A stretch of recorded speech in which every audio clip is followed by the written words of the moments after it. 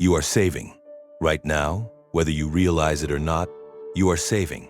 You are setting aside a portion of what you earn each month, watching the number in your account grow slowly, reassuring yourself that this is the responsible behavior, the disciplined behavior, the behavior that the system told you would eventually produce security.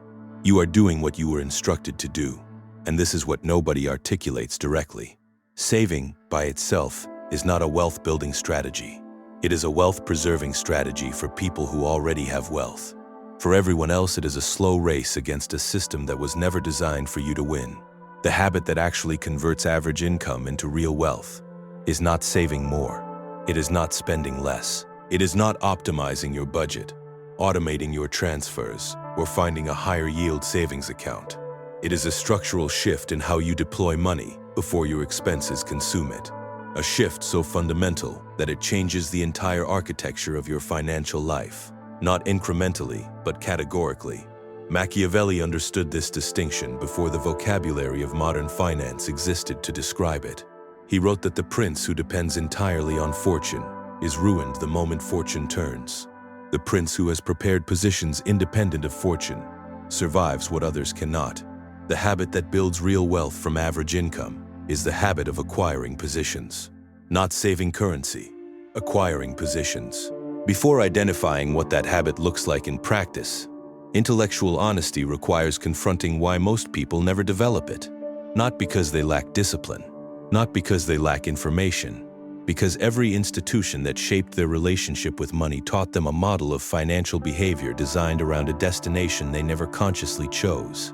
The school system, the employment system, the media that covers personal finance, all of them converge on the same prescription: earn more, spend less, save the difference, repeat until you have enough to retire. This model is not a conspiracy. It is not malicious.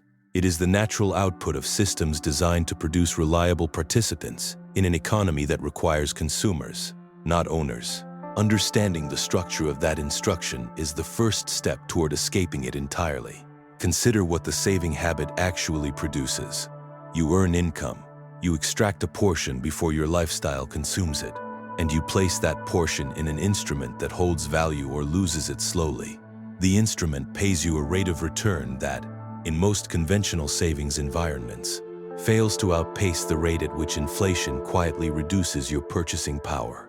You are not building, you are preserving, and you are preserving a quantity of something that is systematically losing real value every year, by definition, not by accident, not by market failure, but by the mechanical operation of an inflationary monetary system. Saving currency in an inflationary environment is not conservative. It is quietly expensive. It is the financial equivalent of holding your position on ground that is eroding beneath you. The habit that changes this is not complicated. It is, however, counterintuitive enough that most people resist it the first time they encounter it framed this way. The habit is this: before your income becomes consumption, a portion of it must become a position, not a savings balance. A position, something that generates income independent of your continued presence, that appreciates in real value over time, that places you on the correct side of the fundamental asymmetry between people who hold assets and people who hold currency. The specific form of the position matters less than the structural commitment to acquiring one before anything else happens to your paycheck. This is where Machiavelli's lens becomes precisely applicable.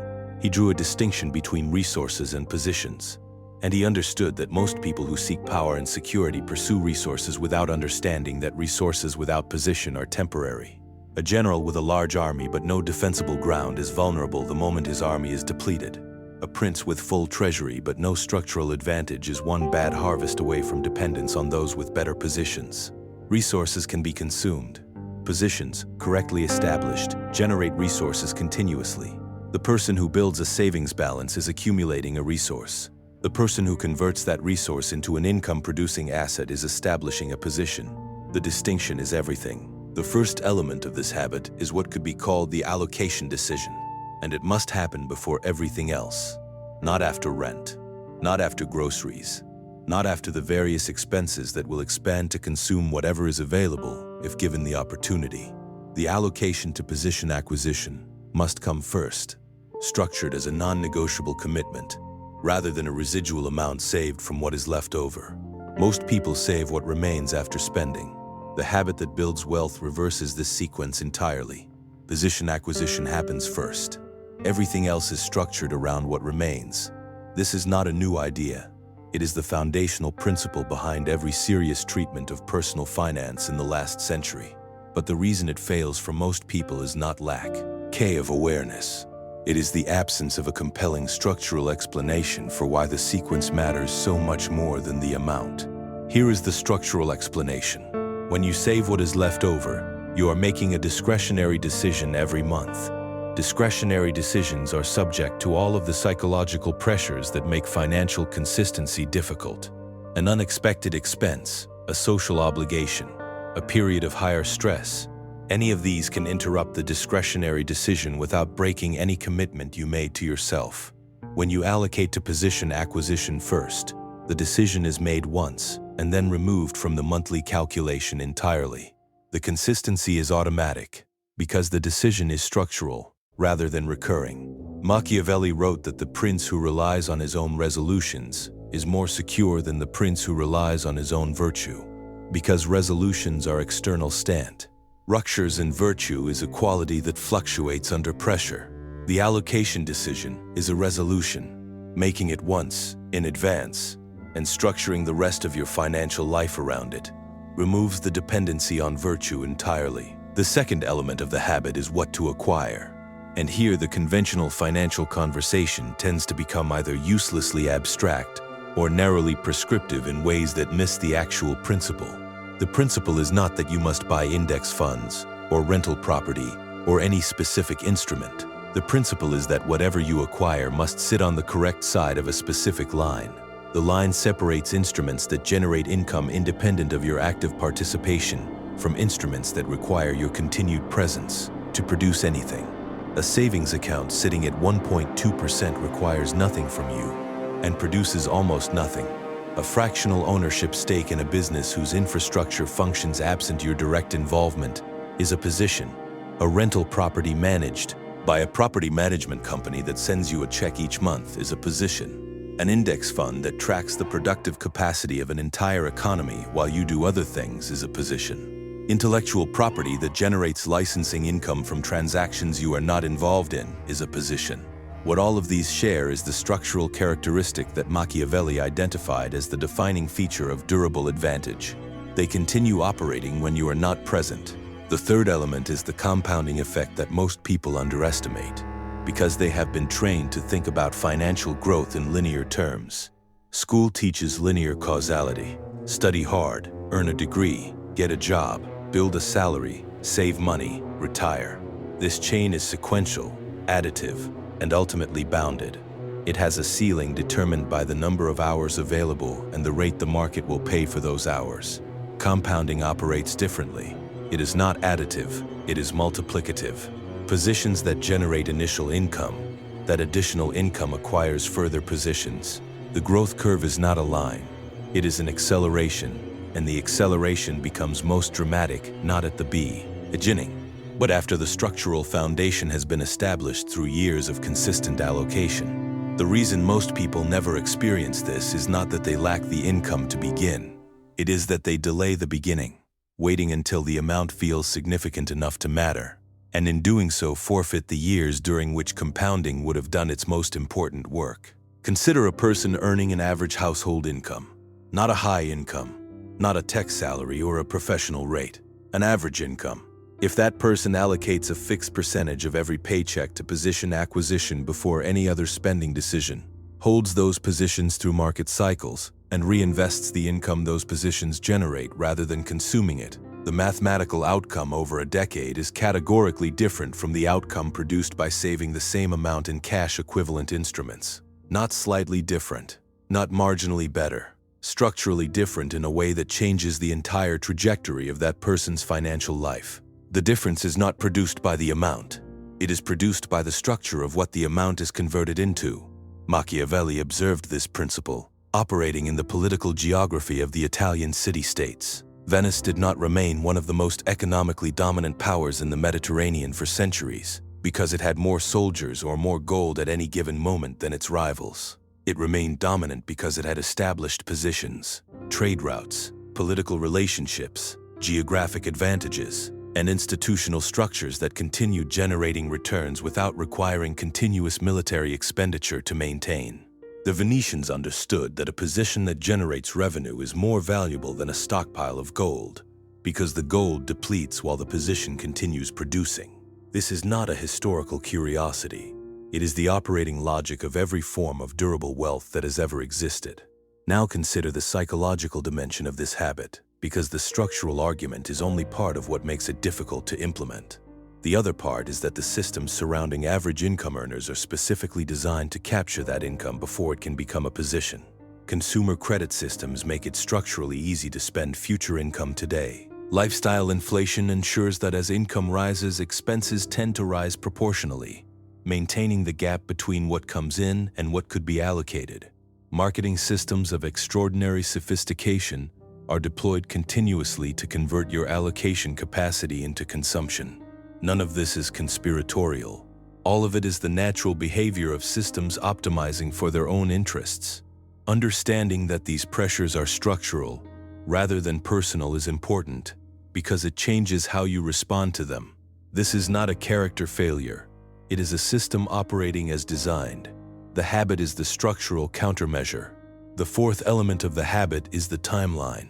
And here the conventional financial advice tends to fail people in a specific way. It presents a long timeline as a burden, something to be patient about, a sacrifice of present consumption in exchange for future security. This framing is psychologically counterproductive because it constructs the habit as deprivation rather than as construction. The more accurate framing is that the timeline is the mechanism. The compounding effect that converts an average income into real wealth is not something that happens despite the passage of time. It is something that is produced by the passage of time applied to correctly structured positions. You are not waiting, you are building. The first 2 years establish the structure. The next 3 years establish the momentum. The following 5 years produce acceleration that would have seemed implausible at the beginning. The decade is not a sacrifice. It is the construction period for an architecture that will then function indefinitely. Machiavelli wrote that injuries should be inflicted all at once, but benefits should be distributed over time, because benefits that arrive gradually are felt and appreciated more deeply than those that arrive in a single event. The reverse is true for the construction of financial position. The allocation decision is made all at once, structurally and irrevocably. The benefits compound over time in a way that gradually transforms the entire character of the financial situation. What begins as a small position becomes a meaningful position.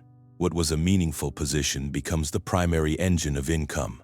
What was the primary engine of income eventually exceeds the employment income that funded its construction. At that point, a threshold has been crossed that the saving habit alone can never approach. The fifth element is what Machiavelli would recognize as the management of vulnerability during the construction period. Any strategy that plays out over time is exposed to the risks of that time. Income can be disrupted, markets can decline, positions can lose value temporarily. The person constructing a position-based financial architecture is not immune to these pressures. But the response to this vulnerability is not to abandon the habit. The response is to maintain what Machiavelli called the reserve, a liquid buffer sufficient to absorb short-term disruption without forcing the liquidation of positions at the wrong moment. The reserve is not the goal. It is the protection of the goal. It is the moat around the fortress under construction. The distinction between emergency savings and position acquisition must be maintained clearly in both thinking and in structural execution. The reserve prevents emergency from destroying the architecture. The architecture is what the reserve protects. Consider what this habit looks like in practice for someone who has never done it before. It does not require a high income. It does not require financial sophistication, a financial advisor, or complex instruments. It requires one decision made once, followed by structural automation that executes that decision before the rest of the income becomes available for other uses. 20% of net income, allocated automatically on the same day it arrives, to an index fund tracking the aggregate equity of a broadly diversified economy.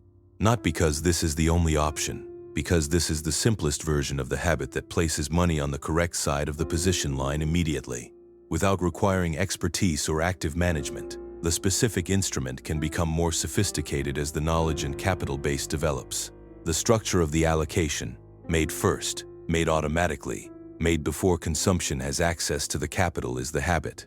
The rest is refinement. The objection most people raise at this point is that they cannot afford to allocate 20% before expenses. This objection is almost always structural rather than mathematical. In most cases, when the income and expense picture is examined carefully, the constraint is not that expenses are genuinely too high to permit any allocation. The constraint is that expenses have expanded to fill the available income, leaving no apparent margin. This is not a failure of discipline. It is the natural outcome of a system in which expenses are determined after income arrives, rather than income being allocated before expenses are determined. Reversing the sequence, even at 5%, even at 3%, begins the structural shift. The amount scales as the habit solidifies and as the positions begin generating their own income.